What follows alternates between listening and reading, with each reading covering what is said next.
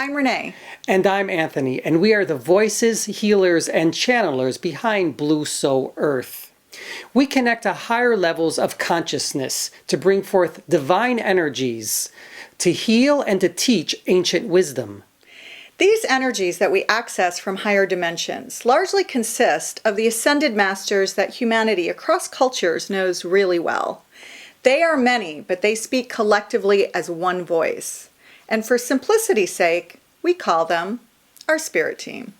How we channel as a couple is very unique. The energies we channel come down through Renee's crown chakra, through her solar plexus, into my solar plexus, and then back up through my crown chakra, and it forms a three-dimensional triangle that's used to heal and to teach. These energies flow through us a bit like an infinity 8. The symbolism behind why and how this happens is actually pretty profound. It's actually accessing divine feminine and divine masculine energies, weaving them together to form one energy to heal and to teach. We will be channeling different topics in roughly 10 to 15 minute segments that will be part of our Blue Soul Wisdom series. So if you're just starting out on your spiritual journey, or if you'd like to access higher levels of consciousness, or you'd like to take your healing practice to the next level, then join us. Thank you. Hi, my name is Anthony. And I'm Renee. And we're here today to talk about some of the concepts and the principles of the Course in Miracles. Those of you who've been on a journey for a long time, you probably read it when it first came out. But what we're going to explore is some of those principles in more basic terms.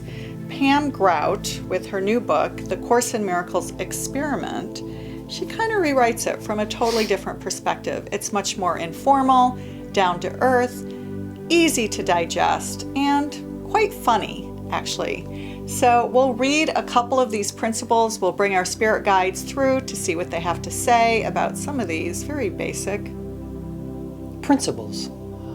So Anthony is off, connecting to our guides, connecting to another dimension while staying in this dimension simultaneously.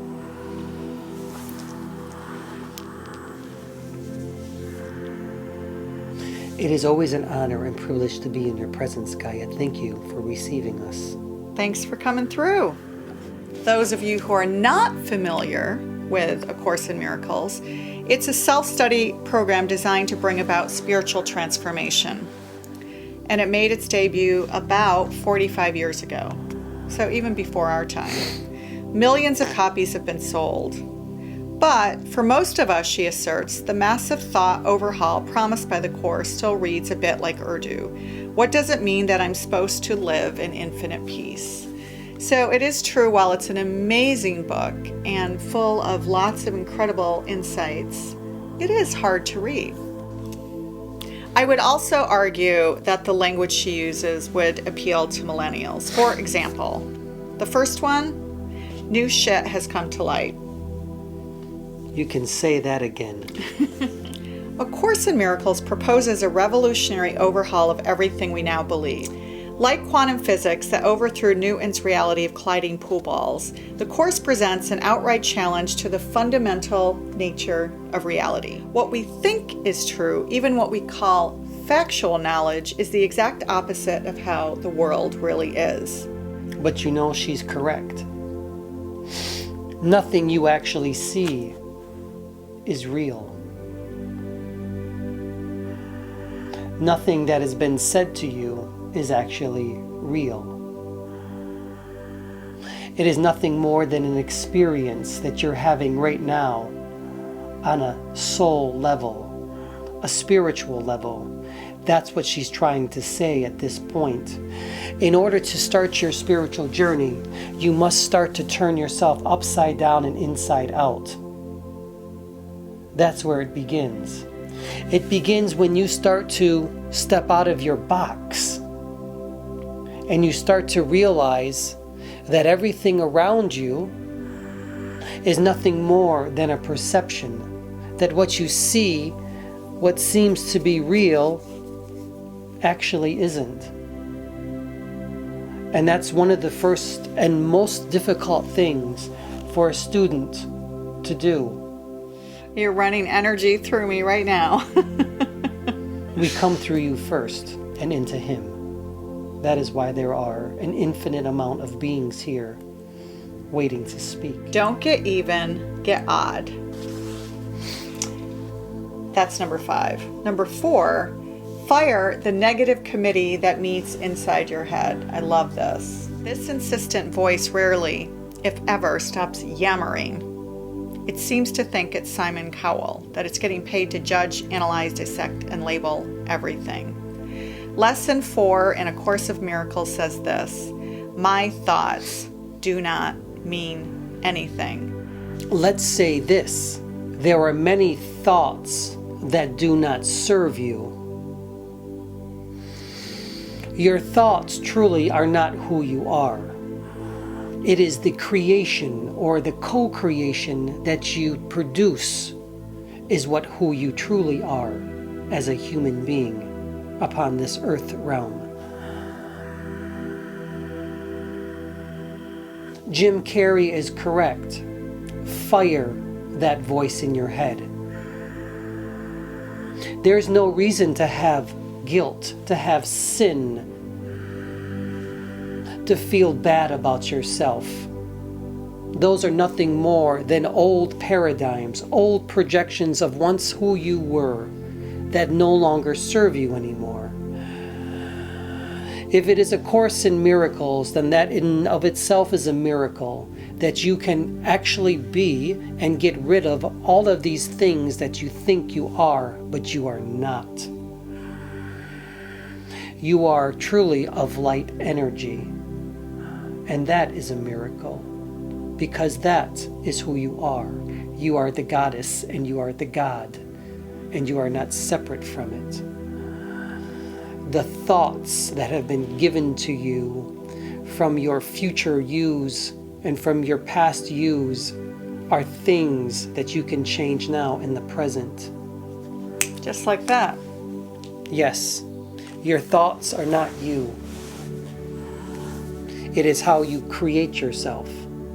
That is who you are. Will it, and it will be. So be it. Let's talk about one of the last ones that she lists, which is gratitude. Gratitude. Everything all comes from gratitude. It starts with gratitude.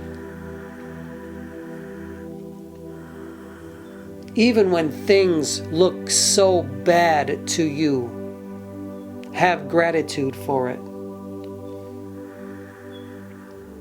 Even the pain that you suffer, have gratitude for it. Even when there are things that appear to be so bad in your life, still see the gratitude in all of it. And in that way, you train your brain, you train your mind to always be, in a sense, in a place of gratitude. And when you are always in gratitude for everything that you have in your life, or your perception of it, then you start to connect. You become truly a spiritual individual. It is a way of training your brain again. And bringing more light in. And being blissful. And connecting. Literally changing your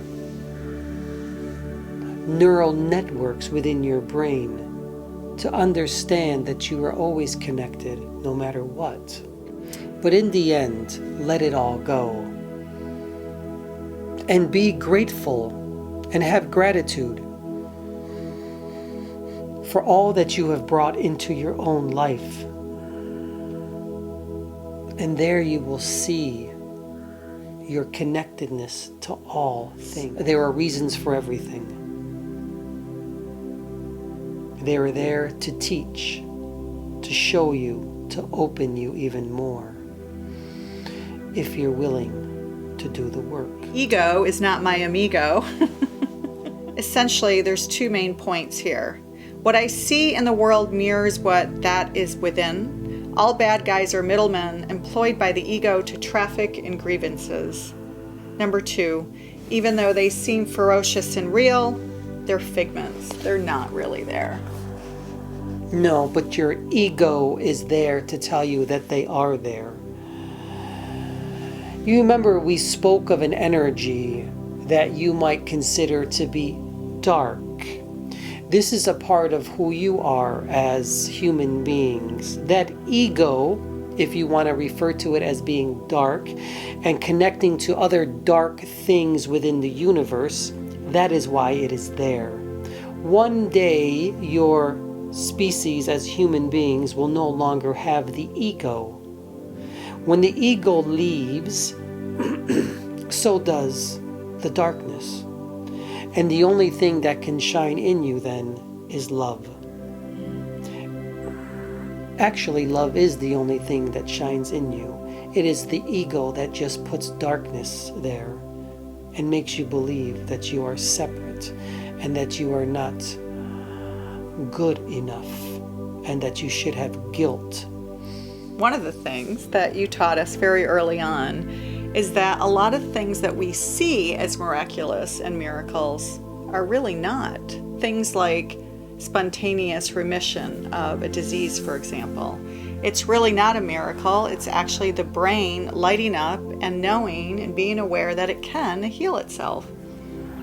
So miracles can happen all the time when we step into our power and we know who it we is are. what you consider a miracle, we simply consider spirituality and understanding the ability to will it or to manifest it. The manifestation is for you sometimes, or you consider a miracle. And with that, we will bid you good evening. Namaste, guys. Namaste. And peace be with you, and peace be with all of your students, and with all of those that follow you from all over this wonderful planet. So our guides are leaving and disconnecting from Anthony's auric field, and Anthony in his physical body will be back. Thank you for sharing this time with us, and have a great evening. We hope to see you soon. Bye-bye now.